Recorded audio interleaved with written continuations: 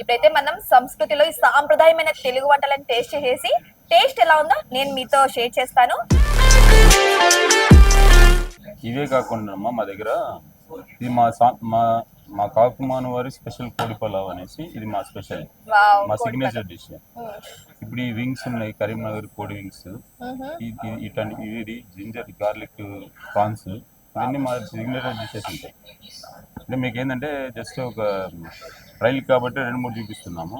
ఇట్లాంటి డిషెస్ మా దగ్గర చాలా ఉన్నాయి అన్నమాట. మా స్పెషల్గా మా చెఫ్స్ కూడా ఏంటంటే వాళ్ళతో సపరేట్ మసాలాలు చేసేసి వాళ్ళు సపరేట్గా ఇస్తూ ఉంటారు రకరకాలుగా. నాన్ వెజ్ లో మీ స్పెషల్ ఫుడ్ ఏంటండి ఇక్కడ?